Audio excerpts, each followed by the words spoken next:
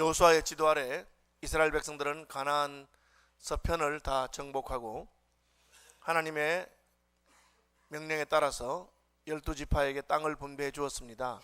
땅을 분배한 다음에 도피성을 지정하고 레위인들과 제사장들을 위해서 48개의 성읍을 거주지로 나누어 주었습니다. 이제 공식적으로는 정복전쟁이 다 끝났습니다. 물론 군데군데 아직까지 지파별로 정복해야 될 땅이 남아있지만 전체적으로 이제 가나안은 이스라엘의 땅이 된 것입니다. 전쟁이 끝나고 전리품을 배부하면서 또 요단 동편에서 건너왔던 두 지파 반을 돌려보내는 것이 오늘 본문의 시작입니다.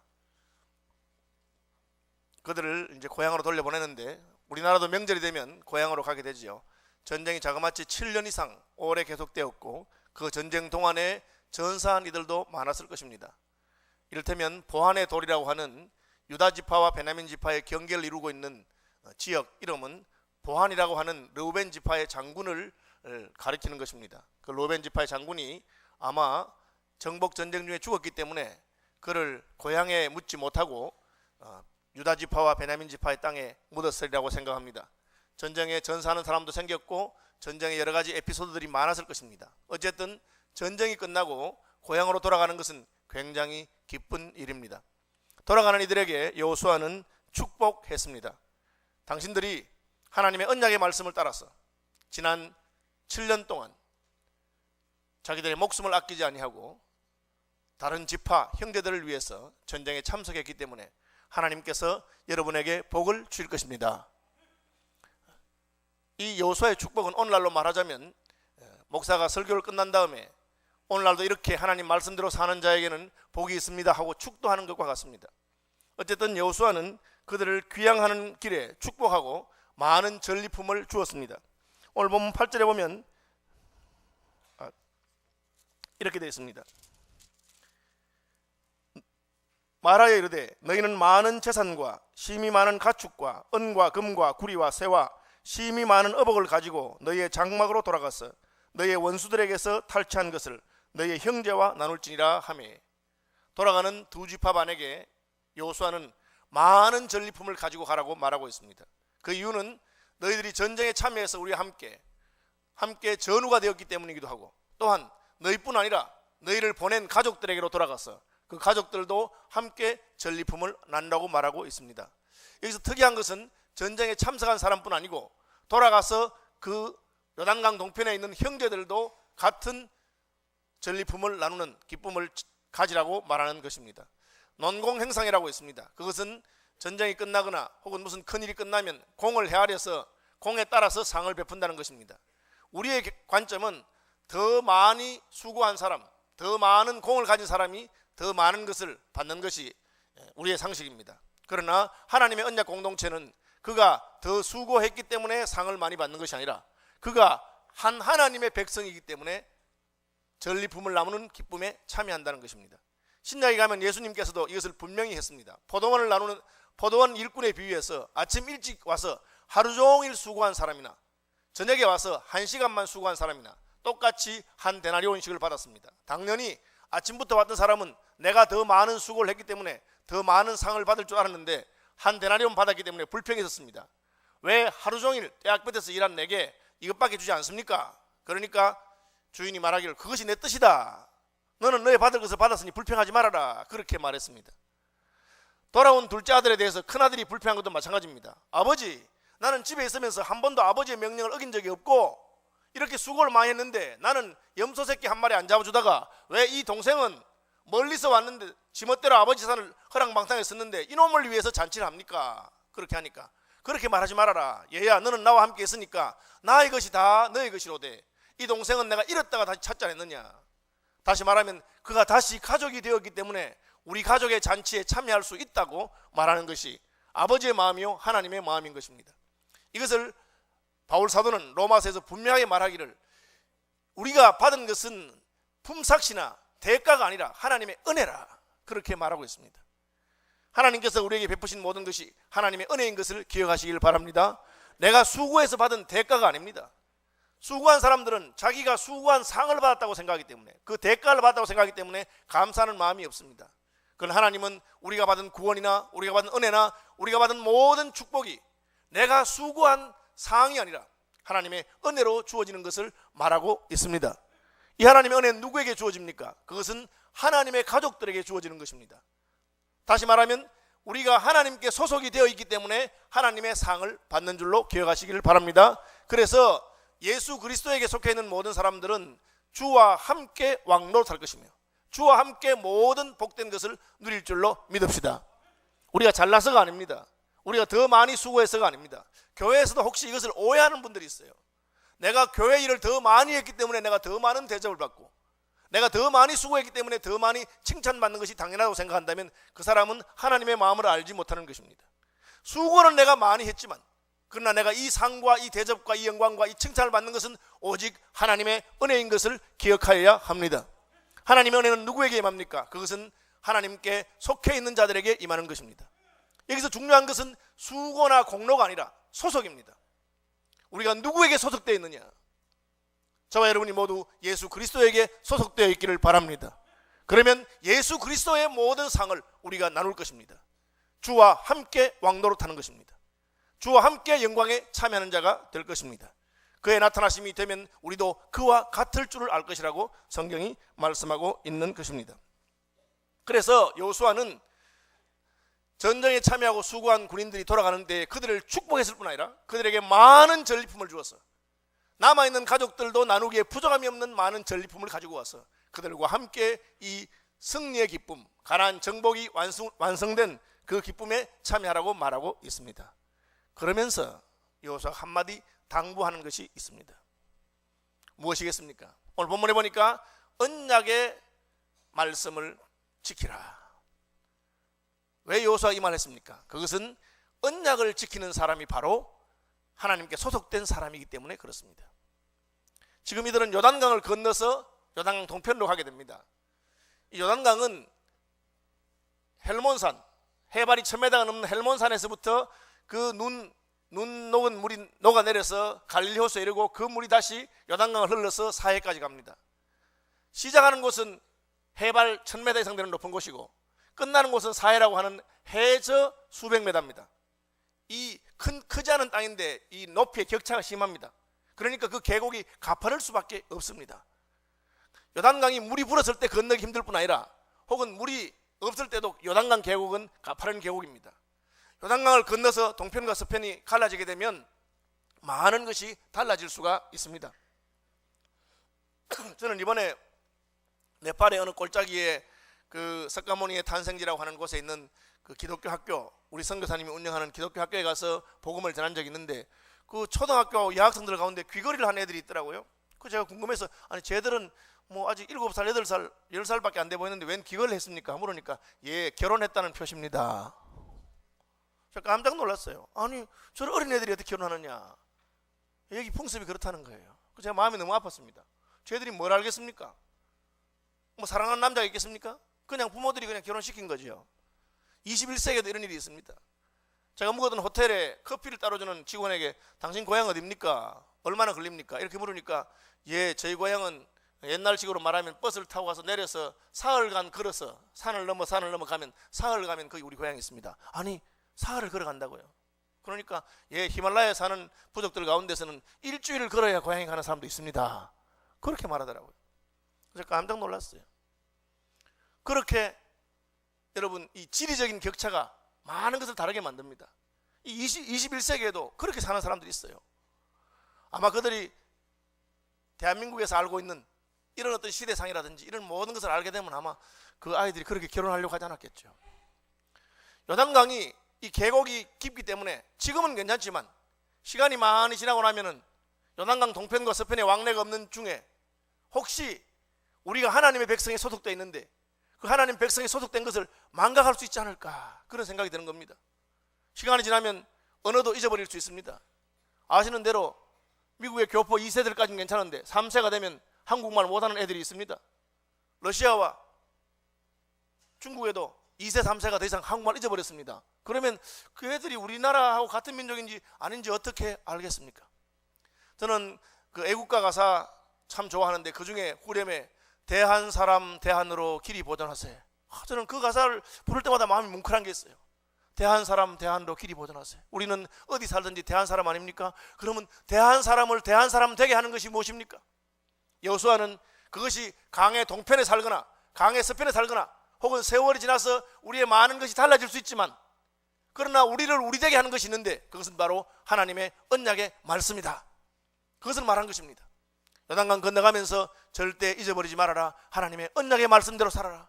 언약의 말씀대로만 살면 세월이 지나도 우리는 하나님 앞에서 한 가족이요 한 소속이기 때문에 같은 복을 받을 것이요 같은 전리품을 누릴 것이다. 그렇게 했습니다. 세계 역사상 가장 특이한 그 독립 중에 하나가 이스라엘의 독립입니다. 자그마치 2000년 만에 독립을 했죠. 나라를 잃은 지 2000년이 지나서 독립한다는 건 있을 수 없는 일인데 어떻게 그게 가능했겠습니까? 이미 유대인들이 전 세계로 다 흩어져 살았습니다. 제가 조금 전에 들었는데 중국에도 유대인들이 있다고 합니다. 화남 지방의 어떤 마을엔 자기들이 유대인의 후손이라고 하면서 지금도 그 율법 토라와 관련된 그런 모양들을 가지고 있으면서 유대인의 후손이라고 했답니다.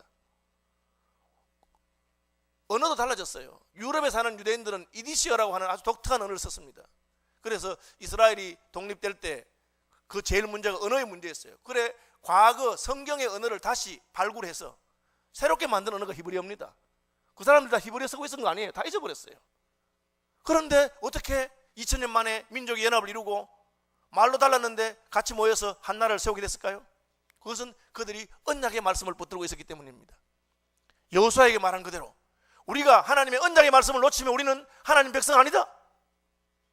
여러분, 오늘날은 사는 곳의 차이로 인해서 얼마나 많은 것이 달라집니까? 신랑 신부 선 볼 때 제일 먼저 물어보는 게 어디 사십니까? 그래 물어본답니다. 그러면 청담동 살아요 하고 큰소리 친다고 그럽니다. 이게 어디 사느냐에 따라서 큰소리를 친다는 거지. 시대가 그런 시대가 됐으니까 요단강 동편에 사느냐 요단강 서편에 사느냐에 따라서 많은 것이 달라질 수가 있을 것입니다. 그러나 여호수아는 그것을 말하지 않았습니다. 너희가 어디에 살든지 너희는 하나님의 백성이니 하나님의 언약의 말씀을 붙들고 살아라. 여러분, 무엇이 우리를 예수 믿는 사람이 되게 합니까? 너희가 예수 그리스도를 주로 받은 것이, 예수 그리스도를 우리의 구주로 받은 것이 우리를 예수 믿는 사람이 되게 하는 줄로 믿습니다. 예수를 구주로 받았으면 그분의 말씀을 따라 사는 분들이 되시길 바랍니다. 여호수아가 말한 것이 이것입니다. 우리가 하나님의 가족이 되었기 때문에 약속의 땅 가나안을 얻었다. 하나님의 가족이 되었기 때문에 하나님으로부터 이 땅을 분배받았다. 회장님이 돌아갔다고 합시다. 누가 유산을 받습니까?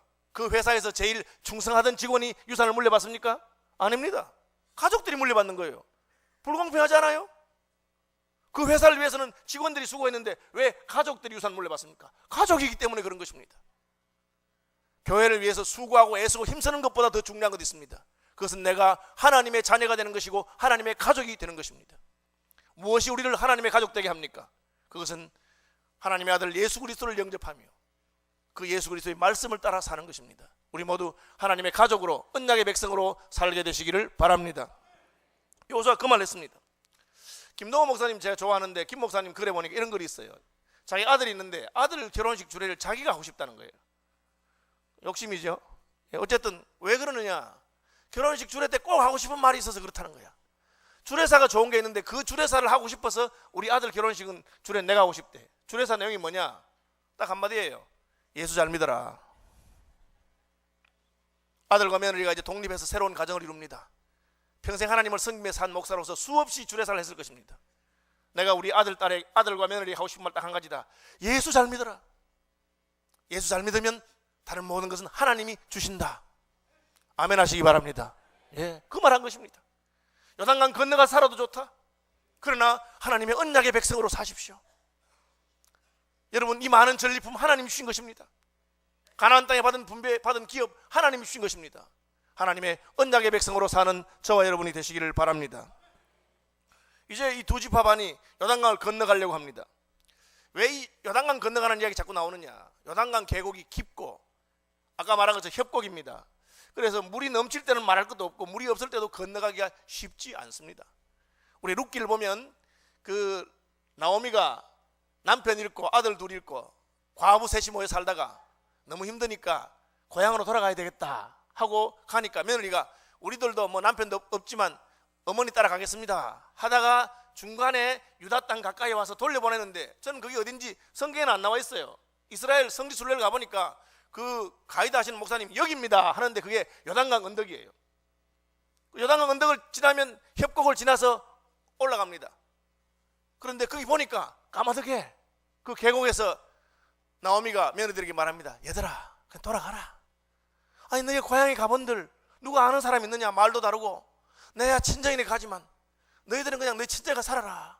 그런데 그 며느리 하나가 보니까 그 계곡을 건너가면 다시는 못 돌아올 것 같아. 그래서 오르반은 돌아갔습니다. 그때 다른 며느리 룻이 어머니 그런 말씀하지 마십시오. 어머니 하나님이 나의 하나님이 되고 내가 어머니와 함께 죽겠습니다. 어디든지 가겠습니다 하고는 그 요단 협곡을 건너서 모압 여인으로서 가나안 땅까지 갔다. 그 이야기입니다. 쉬운 거 아니죠. 어쨌든 그래서 룻이 믿음의 조상이 되었다 하는 내용을 성경에 기록하고 있는 것입니다. 요단강을 건너가려고 마음먹으니까 마음이 이상해. 그래서 그 중에 재주 있는 사람들이 있습니다. 어떤 사람은 한번 들으면 그대로 연주하는 사람도 있고 한 번 본 것은 그대로 만드는 사람이 있어요. 그 두 지파 반 가운데 한 번 본 것은 그대로 만드는 사람들이 여호수아가 마지막 당부를 하고 축복했던 그 실로에 성막이 있는데 성막 앞에 제단이 있었습니다. 하나님께 제사드린 그 제단하고 똑같은 모양을 하나 만들어서 강가에 세우고 건너갔어요. 왜 만들었는지 모르지만 그 실로에 있던 제단에 있던 성막과 똑같은 거 만들어 갔어요. 난리가 났습니다. 그 소식을 들은 온 이스라엘 난리가 났어요. 큰일 났다는 거예요. 왜 제단 하나 더 만드는 게 큰일 납니까? 여러분 그것은 이스라엘 백성들과 성경은 우리에게 하나님께서 계시하신 유일한 것에 대한 관념이기 때문입니다. 천하에 신이라고 부르는 수많은 존재가 있지만 참된 신은 한 분 하나님밖에 없습니다. 그것이 성경이 말하는 것입니다. 세상에 제사 드리는 제단이 수없이 많지만 하나님이 받으시는 제단은 오직 한 군데, 성막이 있는 언약궤가 있는 그곳에 실로에 세워져 있는 그 제단입니다. 세상에 성전이 많지만, 성전이라고 부르는 게 많지만 참된 성전은 예루살렘에 하나밖에 없습니다. 그러므로 오늘날 우리가 우리 예배당을 보고 성전이라고 하는 것은 신성모독입니다. 성전은 예루살렘밖에 없어요. 한 군데밖에 없는 거예요. 아무데나 지어놓고 성전이라고 하면 안 돼. 그것은 하나님의 계시를 왜곡시키는 것입니다. 그래서 오늘날 지은 것은 회당, 신약시대 회당과 같은 거기 때문에 교회당이라고 하는 게 맞습니다. 함부로 이 건물을 보고 성전이라고 하는 것은 아무것도 모르는 사람이 하는 말이에요. 성전은 예루살렘에 하나밖에 없습니다. 구원 얻는 길도 천하인간의 구원 얻을 다른 이름을 우리에게 주신 적이 없어요. 예수님밖에 없어요. 그 개념을 알고 있었기 때문에 깜짝 놀랐어. 아니 왜 제단을 만든단 말인가. 그래서 전쟁 준비를 하라. 전쟁 준비. 전쟁 준비를 해놓고 사절들을 보내가지고 너희들은 무슨 짓을 하느냐? 역사를 모르느냐? 너희들이 하나가 잘못하면 우리 전부가 벌을 받는다. 하나님은 유일하신 하나님이시고 하나님은 하나님을 섬기는 특별한 길을 계시하셨는데 그 외에 하면 안 된다. 북왕국 이스라엘과 남왕국이 갈라졌을 때 북왕국이 가장 범한 큰 죄가 무엇입니까? 온 이스라엘 백성들이 성전에 있는 예루살렘에 가서 제사를 지내니까 나라는 갈라졌어도 북왕국이 자꾸 남왕국으로 가니까 이게 국민들의 마음이 통일이 안 된단 말이에요. 전 세계 무슬림 인구도 10억이 넘습니다. 그 무슬림 중에 제일 독한 무슬림이 있습니다. 아프가니스탄이라든지 여러분 아시는 대로 시리아라든지 이번에 IS 같은 게 독합니다. 그러나 누가 뭐래도 이슬람의 종주국은 사우디아라비아입니다. 왜 그럴까요? 사우디아라비아에 메카가 있기 때문에 그렇습니다. 전 세계의 모든 무슬림들은 사우디아라비아에 가서 성지 순례를 합니다. 평생에 한 번은 가야 돼. 1년에 모였다 하면 2천만 명이야. 왜? 거기 메카가 있기 때문에 그렇죠. 예루살렘에만 성전이 있습니다. 그러니까 북왕국에서 그게 화가 나가지고 아니 뭐 꼭 성전이 예루살렘에 있어야 되나 하고는 사마리아에다가 성전을 만들었습니다. 그것 때문에 하나님은 큰 진도를 당하고 그것 때문에 북왕국이 먼저 멸망하게 되는 계기가 됩니다. 그러니까 이스라엘이 깜짝 놀란 거예요. 아니 쟤들이 왜 제단을 따로 만드느냐. 하나님을 섬기는 유일한 길이 있는데 성막이 있는 실로에 와서 예배를 드리든지 그 후에 그 성막이 성전으로 바뀌어서 예루살렘에 가든지, 이것은 사실은 그 다음에 우리의 참된 성전이신 예수 그리스도, 천하인간의 구원 얻을 이름이 예수님밖에 없다는 것을 계시적으로 보여준 것입니다. 그래서 찾아왔어요. 두 가지 예를 듭니다. 아간의 경우를 모르냐? 세라의 아들 아간이 하나님 마음을 섭섭하게 하고 하나님 말씀대로 순종하지 아니하고 전리품, 여리고성의 전리품 불태우라 했는데 살짝 숨겼다가 온 이스라엘이 아이성에서 패전하고 전사하고 슬픔을 당한 것을 알지 못하느냐. 이게 뭡니까? 공동 책임이죠. 한 사람이 잘못하면 전체가 함께 책임을 지는 것입니다. 저는 그 군대 훈련 받으면서 제일 속상한 게 그거더라고. 한 놈만 잘못하면 새로 하는 거야. 왜? 그게 군대이기 때문에. 왜 그렇게 합니까? 전쟁터에서는 한 놈이 잘못하면 전체가 다 죽기 때문에 그렇게 하는 것이죠. 좀 억울한 감이 있어도 그렇게밖에 할 수 없는 것입니다. 그 얘기를 했습니다. 아간 한 놈 잘못한 것 때문에 우리 모두가 고생을 했는데 너희들이 지금 하나님이 싫어하시는 제단을 여기 쌓아서 우리가 어떻게 하란 말이냐, 그렇게 찾아간 것입니다. 또 이야기합니다. 바알부올의 이야기입니다. 바알부올이라는 것은 발람 선지자를 모압왕 발락이 불러서 이스라엘을 저주케 하려고 한 사건입니다. 그는 용한, 오늘날로 말하면 무당입니다. 만신무당, 여러 종류의 신을 다 섬기는 용한 만신무당인데 그에게 여호와 하나님의 신을 불러가지고 이스라엘을 저주케 하려고 했는데 저주할 수가 없어. 왜? 하나님이 이스라엘을 복주셨기 때문에. 하다 안 되니까 모압왕 발락이 많은 재물을 발람에게 주면서 무슨 꾀를 내봐라. 그래서 발람이 낸 꾀가 이스라엘 남자들을 모압 여인들의 축제에 초대해서 범죄하게 하는 것이었습니다. 그 축제는 모압의 우상을 섬기고 술 마시고 끝나고 나면 남녀가 성적인 물란한 관계를 갖는 것입니다. 이스라엘 남자들이 거기 축제에 초대받았다가 성적으로 범죄하게 됐습니다. 그 결과 하나님의 저주가 이스라엘에게 임했고 연병이 임해서 2만 4천 명이 죽은 사건이 있습니다. 그 사건이 어떻게 해서 멈추었느냐? 엘라살의 아들이었던 아론의 손자 비느하스가 지금 이스라엘 남자들 몇 명이 잘못해서 온 이스라엘에 지금 하나님의 진노가 임했는데 웬 이스라엘 남자가 모압 여자를 데리고 자기의 장막까지 데려와서 거기서 범죄하는 것을 보게 되었습니다. 그는 창을 들고 쫓아가서 그 남녀가 침대에 있는 것을 찔러 죽였습니다. 그 순간에 하나님의 진노가 멈추었습니다. 그 이야기를 하는 것입니다. 무슨 뜻입니까? 한 사람이 잘못한 것으로 인해서 온 이스라엘에 저주가 임하고 반대로 한 사람 비느하스가 하나님을 대신해서 의분을 품고 그들을 징계했을 때 하나님의 진노가 멈추었다. 아간의 범죄로 인한 진노가 아간을 온 이스라엘이 돌로 때려 죽였을 때 멈추었다. 그 이야기를 하고 있는 것입니다. 우리가 지금 전쟁 준비를 하고 왔다. 너희가 만약에 제대로 해명하지 않으면 형제요 어제까지 전우했지만 이제 우리는 너희와 싸울 것이다. 왜? 그렇게 하지 않으면 하나님의 진노가 우리에게 임하기 때문이다. 여러분이 굉장히 무서운 거예요. 하나님 왜 이런 식으로 하실까? 뭐 심한 거 아닙니까? 한 명 잘못한 것 때문에 왜 그렇게 하시느냐? 그것은 우리에게 구원의 원리를 보여주기 위한 것입니다. 아담 한 사람이 범죄했는데 온 인류에게 죄가 임했습니다. 대표의 원리입니다. 나쁘게 생각하면 너무 나쁘건지만 좋게 생각하면 굉장히 좋습니다. 어떻게?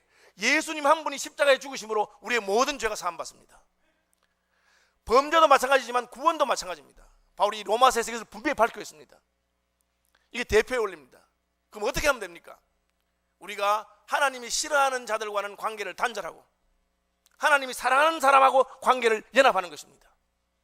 그래서 옛사람과 과거의 일을 끊어버리고 새 사람이신 예수 그리스도에게 접붙을 때 우리는 구원받을 수 있는 그 원리를 보여주고자 하는 것입니다. 그래서 여호수아와 비느하스와 이스라엘 12지파의 대표들이 찾아갔습니다. 너희들이 왜 이런 하나님이 싫어하는 짓을 했느냐? 우리는 너희와 단절하겠다. 그렇지 않으면 우리가 벌을 받을 것이기 때문이다. 그렇게 말하는 것을 보게 됩니다. 성경은 이것을 가리켜 세상과 벗된 것이 하나님과 원수된 것을 알아라, 그렇게 말하고 있습니다. 우리는 하나님과 연합하고 예수 그리스도와 연합하고 믿음의 형제자매들과 연합하는 분들이 되시길 바랍니다. 그리고 하나님이 싫어하는 사람들, 우상을 숭배하고 하나님이 싫어하는 짓을 하고 악한 자들과는 관계를 끊으시는 분들이 되시길 바랍니다. 그것이 성경이 말하는 것입니다. 그런데 이들의 그 생각은 오해했던 것이 밝혀졌습니다. 그 말을 들은 두 지파반이 깜짝 놀라면서 이렇게 말합니다. 아니 무슨 말씀하시는 겁니까? 우리는 실로에 있는 제단 외에 다른 제단에서 제사 드릴 마음이 요만큼도 없습니다. 그럼 왜 제단을 만들었느냐? 예, 그것은 모형입니다. 무슨 모형이냐?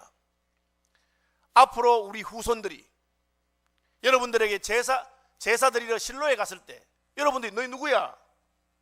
너희는 무슨 민족이길래 우리한테 왔느냐? 그렇게 말하지 않도록 하기 위한 것입니다. 여러분, 일본 사람들의 일본 천황이라든지 일본 황실의 지도자들이 한국에서 건너간 것 한국 사람들 다 압니다. 백제의 후손들이죠. 일본 사람들은 모른 척 합니다. 왜? 자존심이 상하니까. 그런데 증거들이 있어요. 어떤 증거가 있느냐? 일본에 가면 신사에 기둥을 세워놓고 이렇게 새 모양을 그려놓은 신사 문 같은 게 있습니다. 그런데 일본의 어떤 신사는 그 문이 입구가 바다에 있어요. 바다에. 아니, 바다에 왜 신사가 있겠어요? 우린 다 알죠. 왜? 우리는 저 바다 건너서 왔다는 거지. 우리 조상들이 바다 건너서 왔다는 표시로 바다에다가 신사 입구를 만들어 놓은 것입니다. 보는 사람은 다 알아요. 그렇죠. 영국에서 청교도들이 대서양을 건너서 미국 신대륙에 갔습니다. 신대륙의 동부 지역에 이를테면 보스턴에다가 기념비를 세워놨다 합시다. 무슨 뜻이겠습니까? 우리는 대서양 건너서 온 사람들이다. 후손들아, 우리 원래 고향은 저기 대서양 건너편에 영국이다. 그걸 알려주기 위한 것이겠죠. 반대로 영국에서 출발했던 폴리머스 항에 기념비를 세웠다고 합시다. 무슨 뜻이겠습니까? 형제들아, 너희 형제들 중에 일부는 여기서 배를 타고 건너서 신대륙으로 갔다. 멀리 가 있어도 우리 형제인 것을 잊어버리지 말아주면 좋겠다. 그 뜻 아니겠어요? 비석을 세워놓은 자리를 잘 보십시오. 제단 어디 세워놨습니까? 우리 땅에 세운 거 아닙니다. 우리가 거기 제사 지내려고 마음먹었으면 요단강 동편의 한 가운데 중심에다가 모이기 쉬운데 세워놓지 않았겠습니까? 우리는 요단강 건너기 전에 거기다가 비석을 제단을 만들었습니다. 그 이유는 여러분의 후손들이 요단강 건너편에도 우리의 동족들이 있다, 한 믿음을 가진 믿음의 형제들이 있다는 것을 기억하라고 세워둔 것입니다. 그렇게 말한 것입니다. 그러니까 이스라엘 백성들의 오해가 다 풀리게 됩니다. 그렇죠? 언제라도 우리가 오면 받아주십시오. 실제로 사마리아 사람들이 이민족의 침입으로 말미암아 혼혈이 되었을 때 이스라엘 백성들은 그들을 성전에 와서 제사 드리지 못하도록 했습니다. 모든 사마리아 사람들이 다 혼혈이 됐겠습니까? 그렇지 않잖아요. 아닌 사람도 있을 거예요. 근데 증거가 없는 거예요. 너희들이 혼혈이 되지 않고 순수한 혈통을 유지했다는 족보를 가져와라. 그렇지 않으면 너희는 못 받아드리겠다. 그래 실제로 사마리아 사람들은 예루살렘 성전에서 예배를 드리지 못하고 자기들끼리 따로 예배드리고 모이는, 그래서 유대인들 가운데 사마리아파가 따로 있습니다. 예수님 시대까지도 그게 있어가지고 사마리아 사람들을 유대인들이 멸시하고 무시하는 그런 근거가 되었던 것을 보게 됩니다. 요단강 동편의 두 지파반은 그들이 요단강을 건너가면서 우리가 비록 몸은 요단강 건너편에 살아도 우리는 요단강 서편에 있는 그 실로의 성막에서, 후에는 예루살렘의 성전에서 예배하는 사람들이니까 우리 후손들이 건너올 때마다 우리를 무시하지 말고 이 제단을 보니까 모양이 똑같아. 아, 같은 제단에서 예배하던 자들이 만들어 놓은 것이구나. 그렇게 알게 되기를 바랐다는 것입니다. 저는 이번에 네팔 가서 이렇게 복음을 전하고 집회를 하면서 참 마음에 깨달은 게, 참 네팔이 그래도 괜찮은 나라 같아요. 국민소득이 270불이라고 합니다. 선교사님에 따르면. 아니 1년에 300만 원 가지고 어떻게 살겠어요? 30만 원, 1년에 30만 원. 이게 뭐 말이 안 되는 거죠. 물론 제가 가보니까 거기서 그냥 산골짜기 사는 사람들은 자기 먹을 거 농사지어서 자급자족하니까 이게 무슨 소득에 이게 통계에 잡힐 게 아무것도 없어서 아마 그렇게 된 것 같습니다. 어쨌든 흙바닥에 사는 사람도 있고 너무너무 가난한 사람들이 많습니다. 그런데 그렇게 가난한 나라에서도 복음을 받아들이고 예수 믿은 사람이 달라요. 얼마든지 남에게 얻어 하고 싶고 돈 달라 하고 그렇게 하고 싶은데, 그 예수 믿은 사람 25년 전에 선교사님 통해 세워진 파탄교회는 지금 수천 명이 모일 뿐 아니라 그 개척교회를 수십 개를 했어요. 뭐 70개 가까이 지금 개척교회와 기도소가 있다고 하는 이야기를 들었어요. 그런데 그분들이 아주 자립적으로, 그래서 제가 그걸 보니까 마음이 너무 기뻤어요. 전 세계 선교 역사에 그런 경우 드물었고 한국이 유일했습니다. 한국의 서양 선교사님들이 복음을 전하면서 얼마나 은혜를 받은지 몰라요. 왜? 한국 사람들은 복음을 전해받은 다음에 물론 나쁜 놈도 많고 하지만 대체적으로 후원해주면 그걸 가지고 열심히 교회를 세우고 신학교를 세우고 얼마나 애를 써서 자립하려고 노력했는지 몰라요. 그러니까 서양 선교사님이 도와줘도 기쁘고 기분이 너무 좋았다 그래요. 우리 한국에 왔던 저희 교단에 오셨던 선교사님 중에 한부선 선교사님, 우리가 제일 존경하는 선교사님입니다. 그분이 그 은퇴하실 때 그 유명한 일화가 있습니다. 자기 마지막 은퇴 예배 드리면서 이제 내가 나이가 많아서 미국으로 돌아가면 다시는 못 온다는 거예요. 마지막 고백을 하라니까 한마디 하셨어요. 형제자매 여러분, 모레 장날을 만납시다 하고 갔어요. 그 이야기 듣고 다 울었어요. 거기에 있던 그 목사님들 다 울었어요. 왜? 나이 든 사람은 그 말이 무슨 뜻인 줄 알아. 모레 장날을 만나자 말은 이제 다시는 못 만나니까 천국에 가서 만나자, 그 이야기였어요. 그 정도로 한국 사람과 정서가 통하는 분이었어요. 여러분, 천국에서 만나시길 바랍니다. 우리가 흩어져 살 수 있어요. 그러나 저도 이번에 네팔 갔는데 언제 다시 가겠어요? 뭐 2번 가겠습니까? 가기 힘든 곳입니다. 그런데 참 그런 마음이 들더라고. 야, 믿음의 형제구나, 믿음의 자매구나, 그런 마음이 들죠. 이 요단강 동편의 형제들이 우리 그렇게 만든 것 아니요. 우리와 우리의 후손들이 그 실로에 있는 제단에서 제사드리러 올 때 우리를 막지 말아달라. 우리도 한 하나님을 섬기는 백성인 것을 기억해달라고 우리가 요단강 서편에 세운 것입니다. 다르잖아요. 그러니까 참 가난한 나라 백성이긴 해도 한 하나님을 섬긴다는 게 얼마나 제 마음에 뭉클한지 몰라요. 이 한부선 선교사님이 시골에 신방 갈 때 있었던 일합니다. 한국에 옛날에 파리가 얼마나 많은지 모르죠, 여러분. 전 초등학교 다닐 때 그 파리 잡아오라 해서 그 성냥갑 통에 파리 한 통 잡아가고 그렇게 했어요. 오죽 파리가 많아서 송충이 얼마나 많은지 몰라. 송충이 잡아서 넣어가고 그렇게 했잖아. 쥐꼬리 뭐 이런 거.